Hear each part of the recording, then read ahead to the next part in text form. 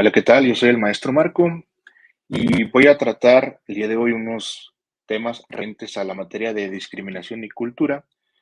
Propiamente hablar un poco del racismo, del neorracismo, de cómo la educación puede favorecer o combatir estas prácticas y cómo la competencia cultural puede coadyuvar precisamente a combatir actos de racismo, de discriminación dentro de nuestra sociedad o dentro de nuestras sociedades. Para efecto de ello, tomaremos como referencia dos lecturas, una de Yikachi y otra de los autores Martínez y Calzado.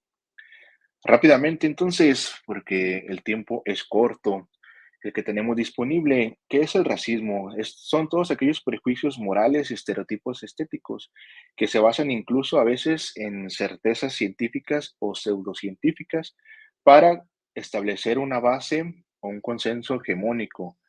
¿Con qué finalidad? Precisamente para establecer esta ideología que nos aparece abajo, que existen diferentes tipos de raza humana o de razas humanas, una falsa creencia, porque precisamente esto nos hace diferenciar entre grupos sociales, entre seres humanos en su individualidad y, por ende, discriminarlos, segregarlos, ¿verdad? O tener precisamente actos de racismo o de discriminación. ¿Cuáles son las causas del racismo? Bueno, primeramente, no cuestionar estas prácticas, ¿verdad? Hace que también nos volvamos cómplices de ellas, ¿no? Se legitiman, se naturalizan, se ven en lo cotidiano. Otra de las causas es precisamente un discurso oculto que está auspiciado por las élites, por este precisamente binomio de poder y saber, ocultar, tergiversar, ser indiferentes ante la existencia precisamente del racismo, de los actos discriminatorios, de los actos racistas. Esto también es una causa por lo cual no se termina, no se, por decirlo así, no se exterminan estas prácticas racistas y siguen en lo cotidiano de nuestra sociedad. Imaginarios sociales llenos de estereotipos hacia precisamente otros diferentes, hacia otros grupos em, raciales, hacia otros grupos, ¿verdad? O otras comunidades que son diferentes a la propia. Y bueno, todas estas prácticas, rituales que están tan internalizados, tan naturalizados en nuestra sociedad, en nuestro día a día. Uno de los aspectos que precisamente preocupan más en estas causas del racismo es que hay un marco legal, lo veremos ahorita, que combate, ¿verdad? Al menos teóricamente, el racismo. Sin embargo, las prácticas al interno de las sociedades de los países no rinden cuentas tal cual, no rinden cuentas claras, ¿verdad? Sobre lo que se vive dentro de las sociedades, dentro de los países. Y bueno, este marco legal pues no se aplica de la mejor manera. ¿En dónde se ve el racismo hoy? Bueno, se ve mucho en los pueblos indígenas, en estas prácticas que se tienen hacia estos grupos, podríamos decirlo, grupos minoritarios, hacia su vestimenta, hacia su lugar de origen, hacia sus dialectos, hacia sus lenguajes, ¿verdad? Y se tienen entonces malamente unas prácticas, ¿verdad? De burla, de mofa, de parodias, de quizá una falsa valoración de su cultura, porque a veces, no pocas ocasiones, solamente se les invita o se, por decirlo así, se valora su presencia cuando se busca un momento de folclore, ¿no? Dentro, por ejemplo, de las escuelas, dentro de las instituciones. Sin embargo, en la práctica, estos autores así lo vieron, lo estudiaron, pues está muy internalizada todavía en las comunidades e incluso en centros educativos, ¿no?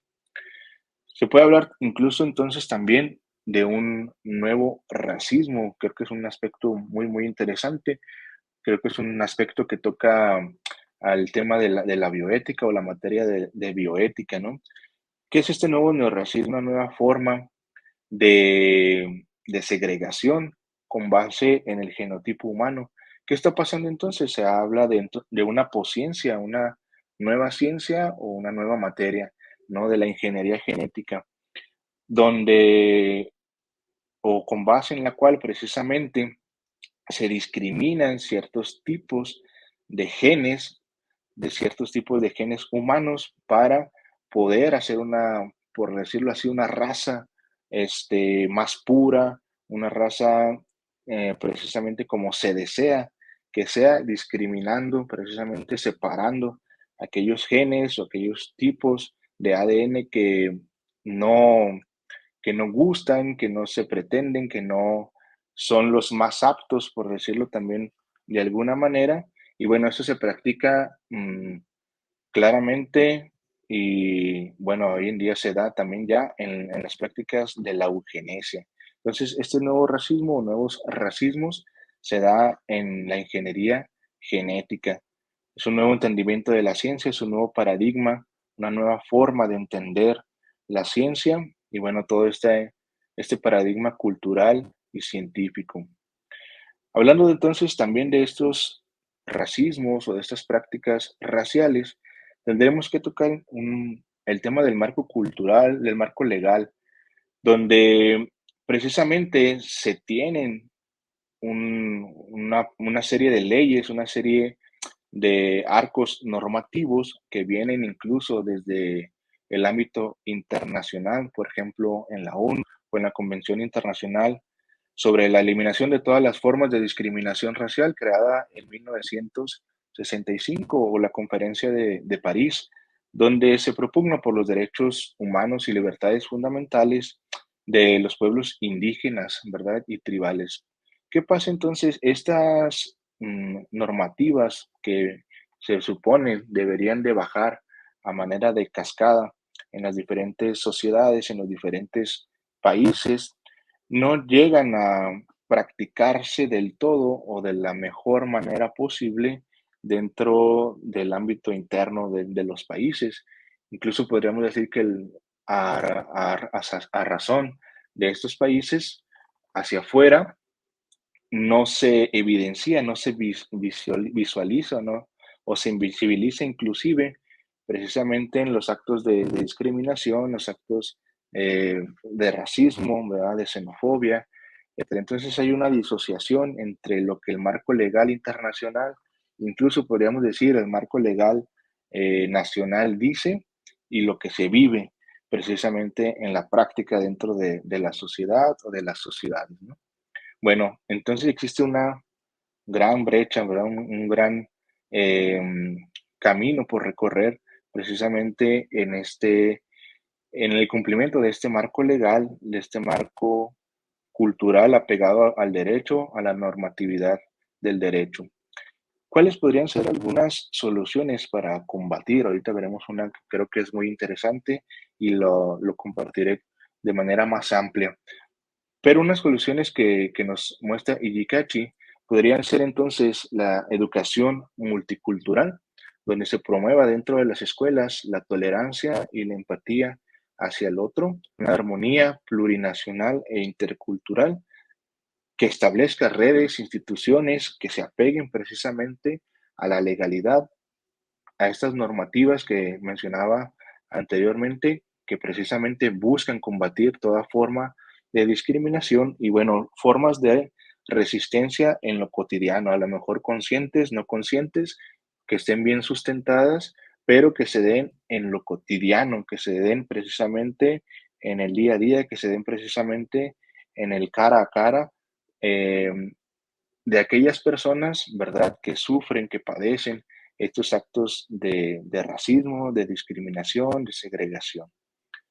Bueno, y por otro lado, se encuentra lo que estos autores Martínez llaman competencia cultural. La competencia cultural no es otra cosa más que todo el conjunto de habilidades, de principios, de cuestiones que pudiesen utilizarse a distintos niveles y que favorezcan precisamente el trabajo dentro de contextos culturales o interculturales distintos al propio, ¿no? Es decir, todo aquello que nosotros pudiésemos utilizar, que pudiésemos emplear, que nos pudiese favorecer, como dicen ellos, profesionales de la cultura.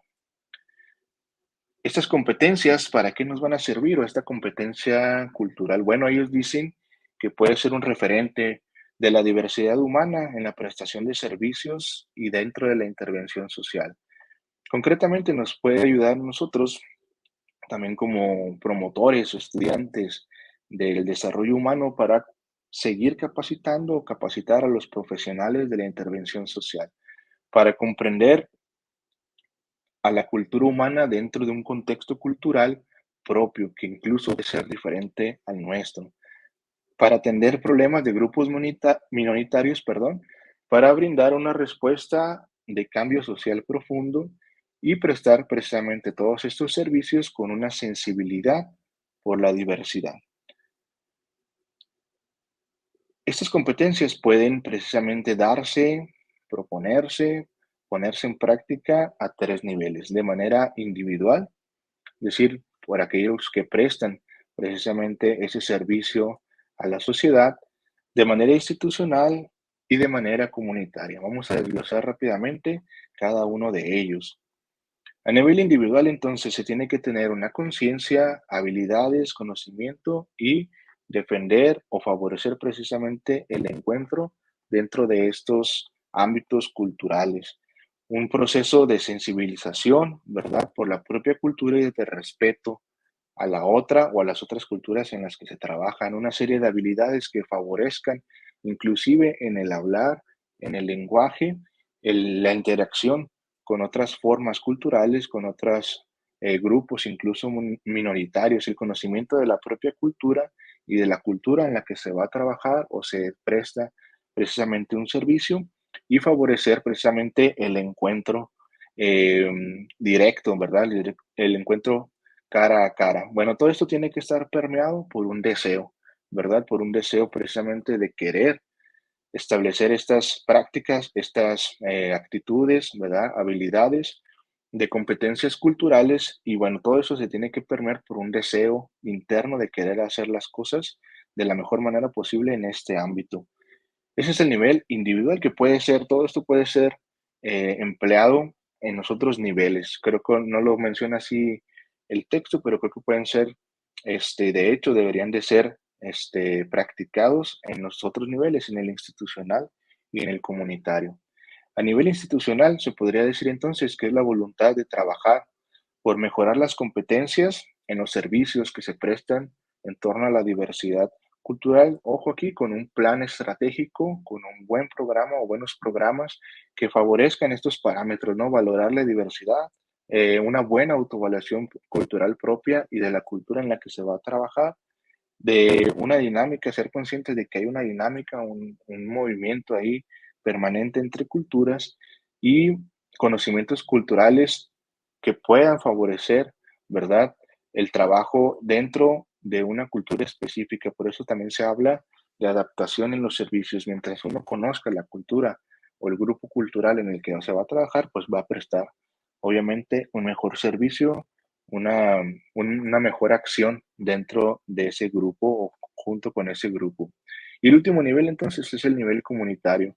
Habla entonces precisamente de los grupos que pueden confluir en un mismo territorio y que necesitan, por ahora sí, como se dice cotidianamente, ponerse de acuerdo, ¿verdad? Para favorecerse entre ellos, para conocerse entre ellos y que las acciones, las decisiones y todos los recursos que se destinen entre ellos o para ellos, pues puedan ser repartidos, puedan ser distribuidos de manera equitativa.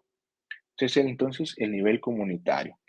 Y bueno, a manera de conclusión o de conclusiones de estas lecturas, de estos temas que pueden ser profundizados, ¿verdad? Mucho más. Aquí solo los menciono a manera de síntesis, ¿verdad? Muy rápidamente porque el tiempo que tenemos es corto. Bueno, existe entonces una disociación entre el marco legal y la puesta en práctica, ¿verdad? Que favorezca, que defienda los derechos humanos en torno a la discriminación. Existe un largo camino todavía que recorrer, precisamente entre el marco legal y la puesta de la legalidad, ¿verdad? La puesta en práctica de la legalidad de este marco normativo. La discriminación se ejerce precisamente a través de formas de dominación, del saber poder. También una conclusión a la que se puede llegar entonces es que la escuela es un ámbito privilegiado para favorecer el racismo, las formas de discriminación o para incluirlas o excluirlas. La escuela es un ente, ¿verdad? Muy poderoso, tanto como para seguir normalizando esas formas de discriminación como para poder combatirlas. Y las competencias culturales, creo yo, todo esto que veníamos mencionando acerca de cómo trabajar en el ámbito social, creo que no pueden ser solamente para aquellos que trabajan de manera profesional en estos ámbitos, sino que se pueden y se deben de favorecer, de invitar, de exponer a toda la sociedad en general, porque creo que son formas en las que los individuos podríamos vivir de manera más armónica, más en paz, ¿verdad? Precisamente con un devenir multicultural, intercultural, entre todos los que formamos una sociedad o un país. Será todo por el momento. Muchas gracias.